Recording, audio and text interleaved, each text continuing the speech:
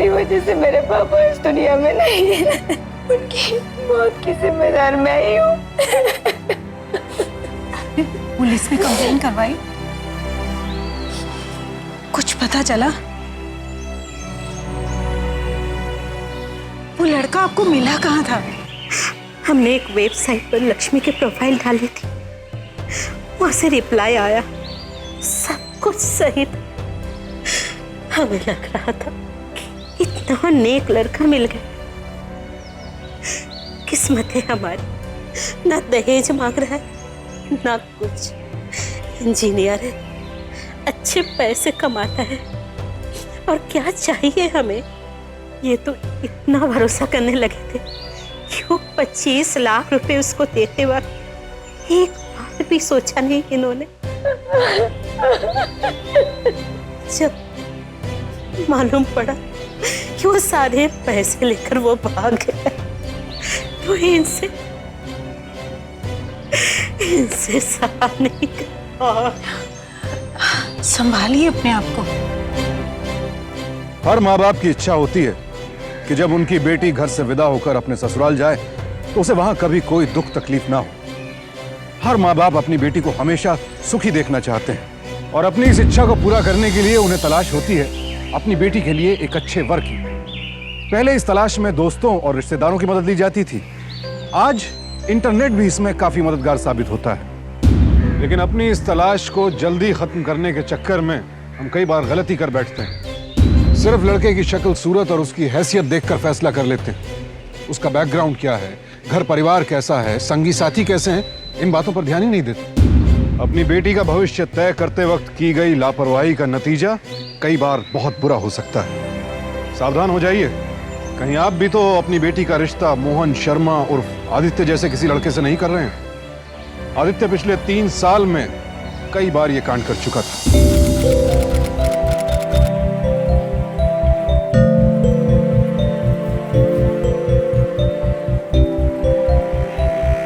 Happy anniversary.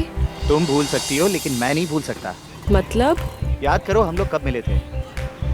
यही कुछ एक महीना हुआ होगा। कुछ 1 महीना नहीं, एग्जैक्टली 1 महीना पहले मिले थे हम।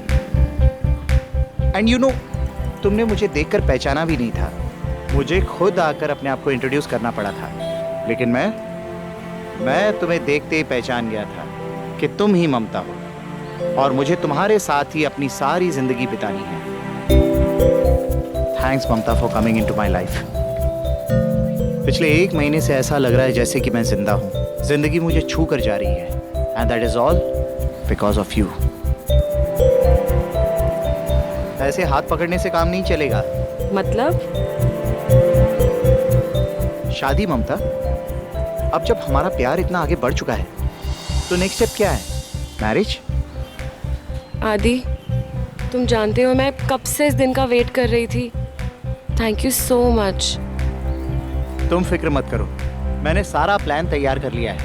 शादी के बाद हम लोग लंदन जाएंगे, और कुछ दिनों बाद हमारे प्यारे प्यारे बच्चे पैदा होंगे।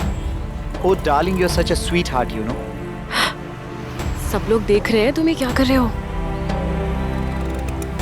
पैसे लाइयो।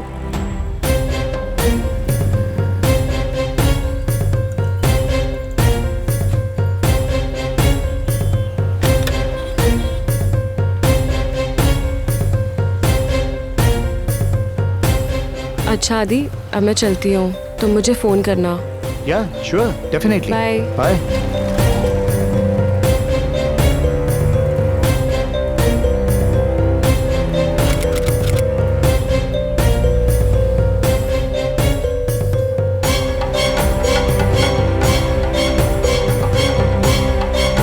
Bye bye miss Mamta Chaudhary, आपका जीवन मंगलमय हो।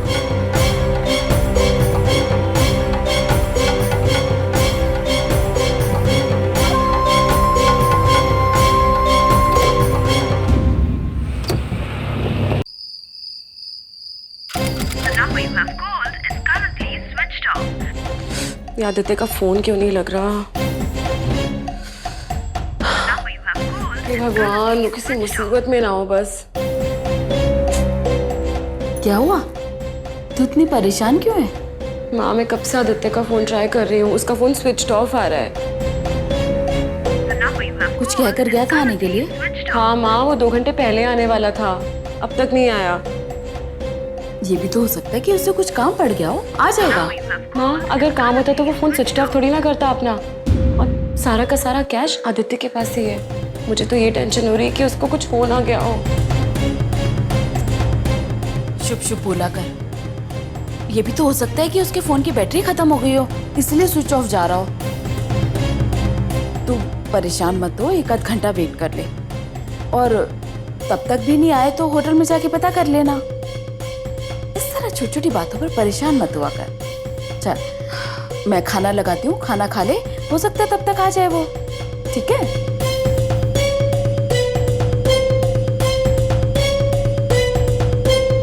ममता ने बहुत इंतजार किया, लेकिन आदित्य का कुछ पता नहीं चला। आखिर ममता आदित्य का पता लगाने उसके होटल जा पहुंची, और होटल पहुंचकर ममता को अपनी जिंदगी का सबसे बड़ा झटका लगा। आदित्य दोपहर में ही होटल से चेकआउट करके जा चुका था। मुंबई की रहने वाली ममता चौधरी भी आदित्य श्रीवास्तव के जाल का शिकार बन चुकी थी, और शिकारी की दूर दूर तक कोई खबर नहीं थी।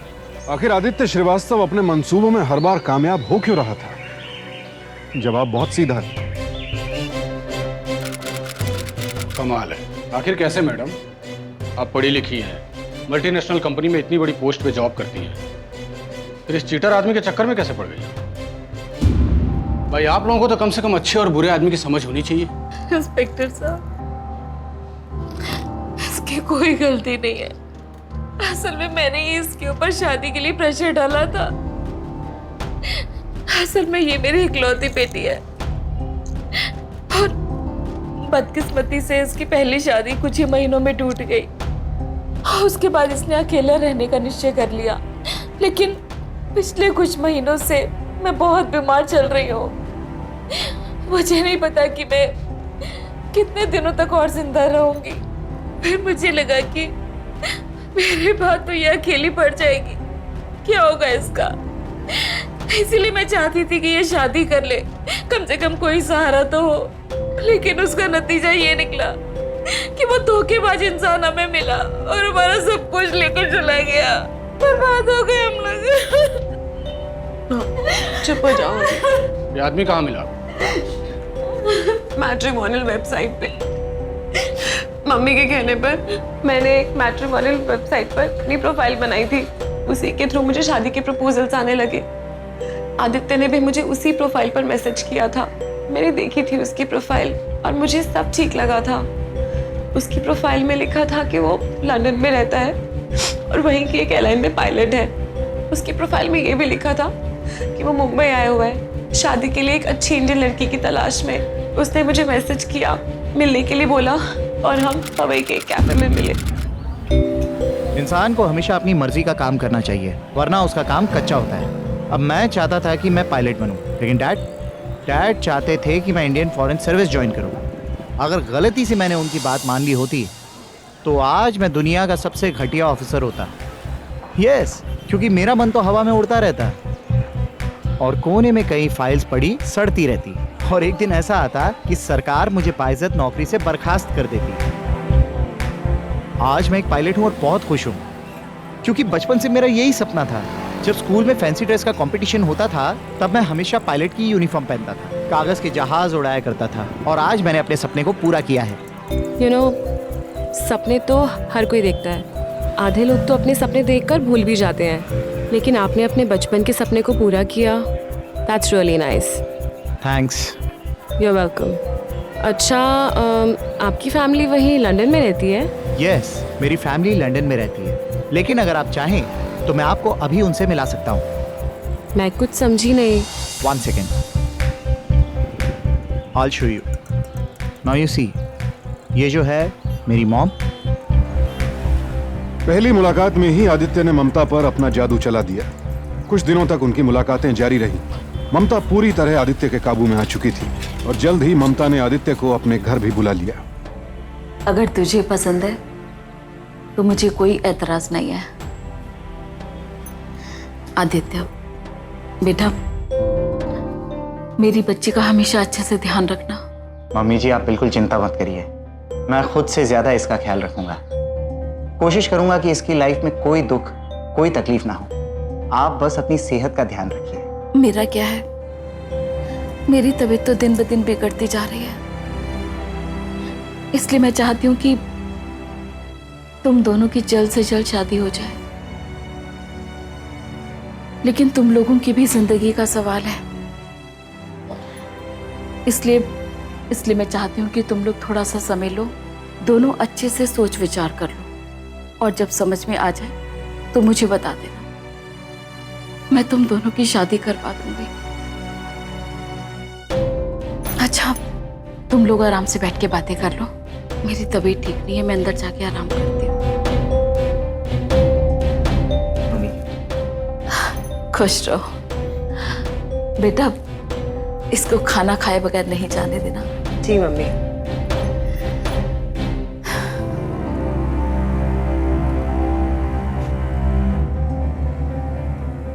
अब तो मम्मी ने भी सब डिसाइड कर दिया। अब तो बस शादी की डेट फिक्स करना बाकी है। आदि, आदि, क्या हुआ? कुछ नहीं। बोलो ना, कुछ तो हुआ है। आदि, सब ठीक है ना? हाँ, सब ठीक है। कुछ तो बात जरूर है। मैंने तुम्हें इतना परेशान कभी नहीं देखा। सच कहूं ममता, तो मैं मम्मी जी के बारे में सोच रहा था। मैं सोच रहा था कि हम तो शादी करके लंदन चले जाएंगे, लेकिन मम्मी जी का क्या होगा? तुम उनका इकलौता सपोर्ट हो, और मुझे बहुत खराब लग रहा है कि मैं उनके इकलौते सहारे को अपने साथ लिए जा रहा हूँ। लेकिन Aadi. No Mamta, I am serious about it. देखो, मम्मी जी किराए के मकान में रहती हैं। किराए के मकान के अपने 50 झंझट हैं, उस पर से उनकी तबीयत भी खराब रहती है। अगर तुम चली जाओगी तो सब कुछ अकेले कैसे संभालेंगी? मेरे पास एक तरीका है। क्यों ना हम मम्मी जी के लिए एक घर खरीद ले? घर? यस। अब मान लो मकान मालिक के साथ कोई प्रॉब्लम हो जाती है, तो यहाँ मम्मी जी का साथ देने वाला कौन है? भगवान ना करे अगर मकान मालिक ने कह दिया कि ये घर छोड़कर चले जाओ, तो वो अकेली बीमारी की हालत में कहाँ घर ढूंढती फिरेंगी? आदि, तुम तो जानते ही हो ना, प्रॉपर्टी के रेट्स कितने हाई हो गए हैं, और हमारे पास कहाँ इतने पैसे हैं कि हम घर अफोर्ड कर सके। डोंट वरी, सब हो जाएगा। जब आदमी कुछ सोच लेता है ना, तो सब कुछ हो जाता है। यू नो, मेरे डैड की यहाँ की मिनिस्ट्री में अच्छी पहचान है। वो किसी से बात करके किसी अच्छी जगह हमें कम से कम रेट्स पर बेस्ट फ्लैट दिलवा देंगे। सच? Yes. And you know, mummy ji का अपना घर होगा, और अगर मम्मी जी सिक्योर हैं तो हमारी सारी टेंशन दूर हो जाएगी। Aadi, you such a sweetheart. Thank you so much. Don't worry darling, I am always there with you.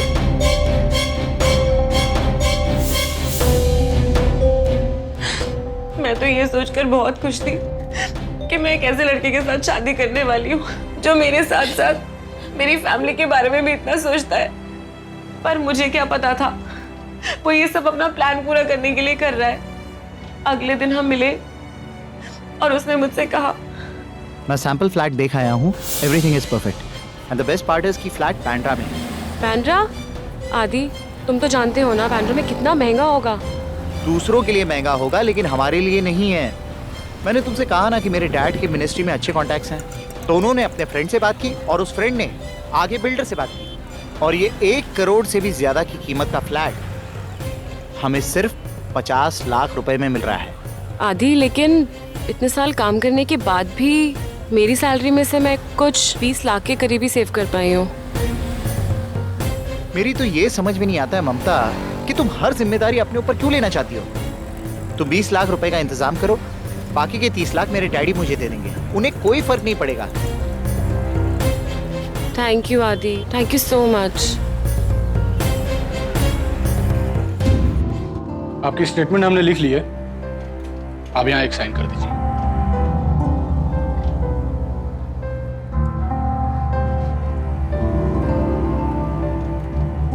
Inspector साहब, वो आदमी मिल तो जाएगा ना?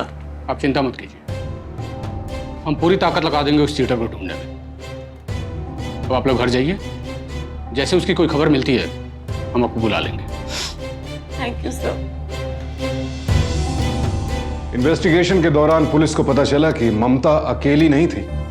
आदित्य इससे पहले भी कई लड़कियों को धोखा दे चुका था। उन्हें यह बात भी पता चली कि आदित्य हर बार एक नए मोबाइल नंबर का इस्तेमाल करता था। ऐसा ही गोपाल पांडे ने उन सभी लड़कियों से वो सारे नंबर इकट्ठा किए। पता चला कि सारे नंबर एक ही नाम पर रजिस्टर्ड थे, आशीष कुमार। लेकिन जब आशीष कुमार को पूछताछ के लिए पुलिस स्टेशन बुलाया गया तो पुलिस हैरान रह गई। ये देखिए मेरा ड्राइविंग लाइसेंस और मैं आशीष कुमार, मेरा इन सब चीजों से कोई लेना देना नहीं है। और मैं पिछले 4 साल से शादीशुदा इंसान हूँ। मैं जिस कंपनी में जॉब करता हूँ वहाँ भी आप पता कर सकते हैं, मेरे बारे में इंक्वायरी कर सकते हैं। मैं पिछले 7 साल से एक ही कंपनी में जॉब कर रहा हूँ। यानी आपने इनमें से किसी भी नंबर का इस्तेमाल नहीं किया? जी नहीं सर, मैं ऐसा क्यों करूँगा? देखिए आपको कोई गलत फहमी हुई है, जो ये गंदा इल्जाम आप मेरे ऊपर लगा रहे हैं। देखो मिस्टर आशीष कुमार, हम आपको परेशान करने, आपका मजाक उड़ाने के लिए यहाँ नहीं लाए। इसको जरा देखिए एक बार। ये आदमी आपकी आईडी का मिसयूज करके लोगों को ठग रहा है और कई लोगों के लाखों रुपए लेके उड़ गया है। ये तो विवेक माखीजा है। विवेक माखीजा? हाँ, आप जानते हैं इसे? हाँ, ये मेरे साथ मेरे कॉलेज में था। हम दोनों ने एक ही इंजीनियरिंग कॉलेज से इंजीनियरिंग कंप्लीट किए। इवन हम लोग 4 साल तक एक ही हॉस्टल में रहे। इससे आखिर में कब मिले थे आप? कॉलेज कंप्लीट होने के बाद हम दोनों की एक दूसरे से कोई मुलाकात नहीं हुई, लेकिन हाँ, अभी 3 महीने पहले चंडीगढ़ में हम मिले थे और 2 दिन तक हमारे साथ हमारे घर पे ही रहा वो। ओह, तो इसका मतलब वहां भी ये किसी को लूटने गया हो? लूटने? ये क्या कह रहे हैं इंस्पेक्टर साहब? बहुत सी मासूम लड़कियों को धोखा देके और उनके सारे पैसे लूट के भाग गया है। विवेक ऐसा क्यों करेगा? वो एक बहुत अच्छी फैमिली से बिलोंग करता है। यही सब तो पता लगाना है कि आखिर आपके इस जिगरी दोस्त ने ऐसा क्यों किया। और हाँ, आपको भी इसमें हमारी मदद करनी होगी। जी जरूर, आपको जो भी मदद चाहिए मैं करने के लिए तैयार हूँ। और हाँ, आपसे कुछ और पूछना है। पूछताछ के दौरान आशीष ने पुलिस को बताया कि विवेक ने सभी लड़कियों को ठगने के लिए जिन भी नामों का इस्तेमाल किया है वो सभी नाम उसके बैचमेट्स के असली नाम हैं। यानी आखिर पुलिस को इस धोखेबाज बहरूपिये का असली नाम भी पता चल गया था और उसके बैकग्राउंड की भी खबर हो गई थी। लेकिन उसे ढूंढना अब भी आसान नहीं था। ये पता लगाना बड़ा ही मुश्किल काम था कि वो इस वक्त दुनिया के किस कोने में किसे धोखा देने की कोशिश कर रहा है। एक तरफ जहां विवेक एक नए शिकार की तलाश में था, वहीं पुलिस ने उसको पकड़ने के लिए एक प्लान बनाया। पुलिस ने विवेक के इंजीनियरिंग कॉलेज से उसके सारे बैचमेट्स की लिस्ट निकाली। उन्हें शक था कि इस बार भी विवेक ने अपने किसी सहपाठी के नाम से प्रोफाइल बनाकर किसी मैट्रिमोनी साइट पर डाल दी होगी। पुलिस ने सभी साइट्स पर चेक किया और आखिर उन्हें एक प्रोफाइल मिल गई जिस पर नाम विवेक के एक बैचमेट कपिल तिवारी का था। पुलिस ने उसी साइट पर एक नकली प्रोफाइल बनाई और कपिल तिवारी की प्रोफाइल पर एक मैसेज भेजा। New message. हाय कपिल, मैंने आपका प्रोफाइल देखा मैट्रिमोनियल वेबसाइट पर, मुझे अच्छा लगा। अगर आपको भी मेरा प्रोफाइल पसंद आए then this is my contact number. Great. देखें तो सही कौन है ये Manju Khurana. 35 years of age, divorcee, Bangalore में रहती है। हाँ, बैंगलोर के पॉश इलाके में रहती है तो पैसा तो कूट कूट कर भरा होगा। सर 1 मिनट, ये देखिए सर।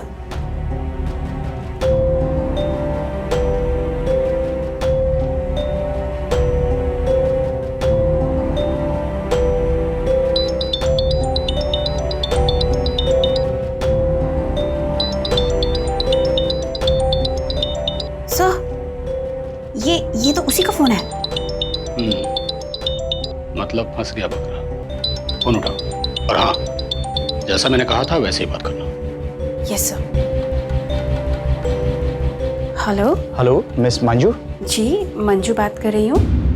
आप कौन? Manju, this is Kapil Tiwari. आपने मैट्रिमोनियल वेबसाइट पर मेरे प्रोफाइल को लाइक किया था और मुझे मैसेज भेजा था। हाँ, लगता है आपको मेरा प्रोफाइल अच्छा लगा। हाँ, यस। आपके प्रोफाइल में ऐसी कोई बात ही नहीं है जो मुझे पसंद ना आए। थैंक्स। अब मुझे भी आपका प्रोफाइल पसंद आया, लेकिन उसमें आपने एक बात लिखी है कि आप लंदन में रहते हैं। या एक्चुअली 1960 में मेरे डैड लंदन में शिफ्ट हो गए और मेरी पैदाइश भी लंदन की है। हालांकि इंडिया में मेरा कोई कांटेक्ट नहीं है, लेकिन हाँ, एक कनेक्ट हमेशा से रहा है। इसलिए मैंने डिसाइड किया है कि मैं एक इंडियन गर्ल से ही शादी करूंगा। मैंने आपका प्रोफाइल पढ़ा तो मुझे अच्छा लगा। मुझे ऐसा लगा कि हमारी बात आगे बढ़ सकती है। अगर आप चाहे तो हम मिलकर आराम से बात कर सकते हैं। हाँ ज़रूर, हम लोग मिल सकते हैं। तो कब मिले हम? कल, हम लोग कल मिल सकते हैं। तो ठीक है, फिर कल शाम को 5 बजे मिलते हैं। Root cafe, Brigade road. Brigade road, Root cafe, ठीक 5 बजे। ठीक है। See you then, bye. Okay thanks, bye. चलो शिकारी, नए शिकार के लिए तैयार हो जाओ। मंजू खुराना। मिस्टर विवेक माखीजा, नकली शादियां तो तुम बहुत कर चुके हैं, अब हम तुम्हारी असली शादी कराते हैं। Your order ma'am. 1 juice. Anything else? No thanks. Okay.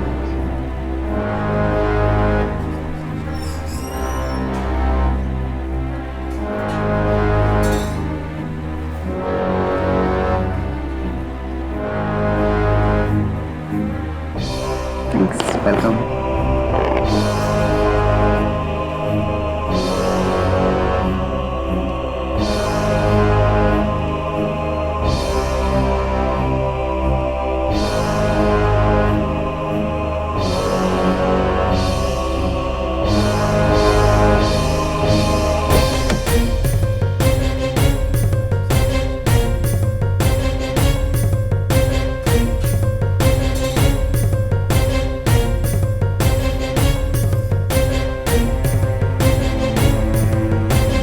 Hi, I'm Kapil Tiwari. Hi Manju Khurana.